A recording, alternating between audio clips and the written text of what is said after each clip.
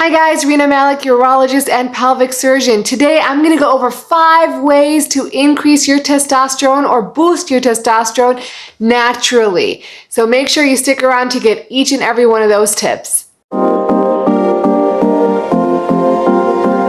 First off, why does everyone even care about testosterone? Having low testosterone can create a lot of unwanted symptoms like low libido, low energy, difficulty concentrating, and losing muscle mass. So not only does it cause these really frustrating symptoms, it can also be a risk factor for other really scary things like heart disease, metabolic syndrome, which includes diabetes and hypertension, osteoporosis, and even all-cause mortality or death. So making sure that your testosterone levels are optimal is really important. Number 1, lose weight. Yeah, easy to say. Why does it even matter? Well, the reason being is that obesity or being overweight means that you have more fat cells.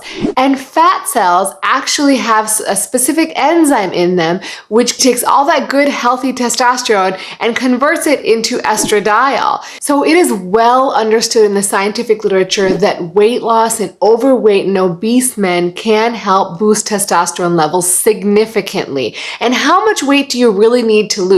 So in one study, they looked at the amount of weight loss that was needed to increase testosterone levels, and they found that an average of 21 kilograms or nearly 46 pounds was the average amount of weight lost by people who did increase their testosterone level. But do you really need to lose 46 pounds?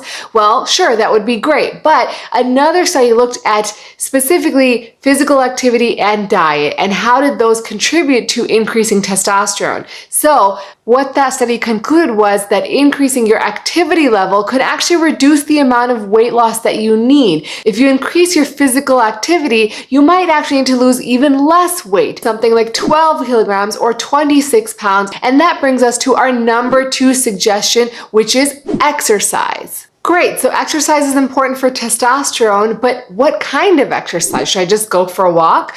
Well, actually, they've studied this. So they looked at young, healthy men and who are already physically active, and they put them into 2 categories. They put them into a steady state exercise where they ran to achieve a certain output for 40 to 45 minutes at a continuous level. So the other half were put into a group of high intensity exercise. And what that means is they went for 90 seconds at a really high output and 90 seconds in a recovery zone. And they did that for about 42 to 47 minutes. They measured their blood levels before the exercise, after the exercise, and 12 hours later. And they found that those who did the high intensity interval training did actually increase their testosterone levels significantly more than those who did steady state training. However, after 12 hours, they found that this high intensity interval training actually had a lower testosterone level, and they hypothesized that they're actually using that testosterone to help recover during that time. So yes, there may be some benefit to doing high intensity interval exercise rather than just going for a walk or going on steady state exercise. So my take home is do some high intensity interval training for a short burst of time, and that will increase your testosterone level and be easier to really do on a regular basis. So while exercise is super important for boosting your testosterone, you can't lose weight without going to diet, which is our number 3 recommendation, diet. What kind of diet should you actually eat? So there's lots of claims to testosterone boosting foods, and certainly there are foods that might be better to help boost your testosterone, but how much do you need to eat to make a real impact? It's hard to say.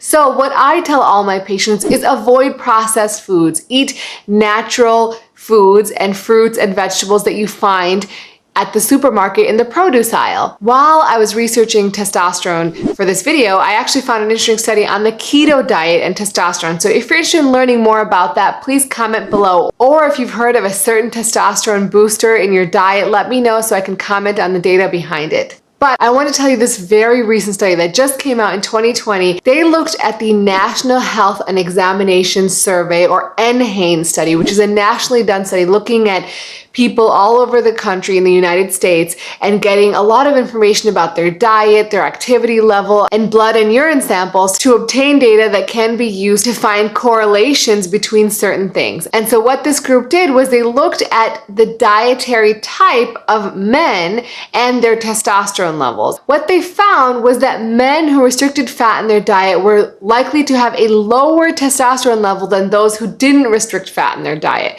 So does that mean you should eat fatty foods? Well, I don't know yet. I think that specifically if you are a normal weight individual who wants to boost your testosterone, I would not limit fats in your diet because that may be actually limiting your ability for your body to produce testosterone. But if you're overweight, improving your weight is more important than changing the components of your diet. Also, I get a lot of questions about soy products. So are soy products gonna make my testosterone level drop? So the reason this comes up is because soy has estrogen-like compounds called isoflavones, which then are concerning for people who want to increase their testosterone level. But what does the data really say? So a 2010 meta-analysis looked at 47 different studies and compiled all the data, and what they found, even a really high intake of soy would not reduce your testosterone levels. And I'm going to tell you about one of these studies because I thought it was really interesting. This study took young men between the ages of 18 and 30, and they were randomized for a period of 4 weeks to twice a day take either a vanilla flavored soy protein or a vanilla flavored whey protein or vanilla flavored cake mix. And so they didn't know what they were getting. They got these little plastic baggies with them and they were supposed to take it for 4 weeks and see how it impacted their testosterone levels. And what this study found was that even this high intake of soy proteins, which was the equivalent of 41.5 grams of soy protein per day, did not affect testosterone levels even after taking it consistently for 4 weeks. So my advice to you is don't worry too much about the soy products that you're eating, especially if you're getting good healthy protein from soy products. It's probably not going to impact your testosterone levels. That's what the data says. Number 4, good sleep. So did you guys know from 1985 to now, there has been actual data to suggest that American adults are getting less and less sleep and poorer quality of sleep. So how does that sleep impact your testosterone levels? So there's actually 2 interesting studies on this. One study looked at 2,300 men in that same National Health and Nutrition Examination Survey, or the NHANES survey. And what they found was that per each hour of sleep that people reported getting less, their testosterone decreased by almost 6 points. Another study looked at 10 healthy men, and what they did was they had them sleep for 3 days over 8 hours. And then after that, they slept for 8 days and they were required to sleep for only 5 hours, and they measured their daytime testosterone levels. And what they found was that they decreased their testosterone levels by 15%. And where they get this idea of sleeping for 5 hours? Well, actually, they found that this is the exact sleeping pattern or sleep restriction of 15% of the working adult population. So sleep is super, super important.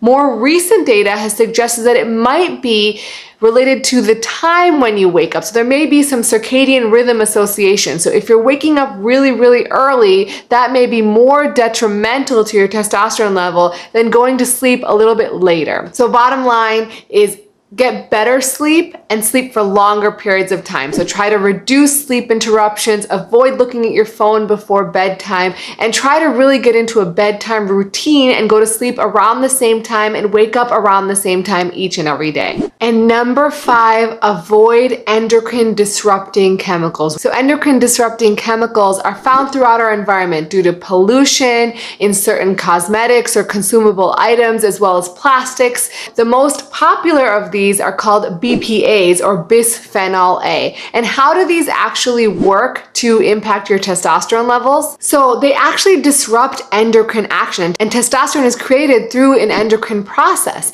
So being exposed to endocrine disrupting chemicals can actually result in a number of problems. They've been found to be associated with not only low testosterone, but diabetes, obesity, learning problems, and even cancer. Another study looking at the NHANES database looked at young adults, so young kids, and found out their level of BPA exposure by looking at the urinary concentration and also correlated this with their testosterone level. And they found that in adolescent boys, having a higher amount or higher exposure to BPAs was correlated with a lower testosterone level. So how can you avoid BPAs? Well, avoid using plastic containers. Use alternatives like glass or metal or other things, and don't warm things up in plastic containers. You can also cut back on your use of cans and look for products that are labeled BPA free. You'll see that all over. BPA free, that means that they don't have bisphenol A, which is really important in avoiding those kind of endocrine disrupting chemicals. So wait, don't leave yet. I'm going to talk about a supplement that I've read about that people said might boost testosterone. This is called ashwagandha. What is ashwagandha? Ashwagandha is an herb that has been touted to have really good benefits of stress relief and anxiety reduction.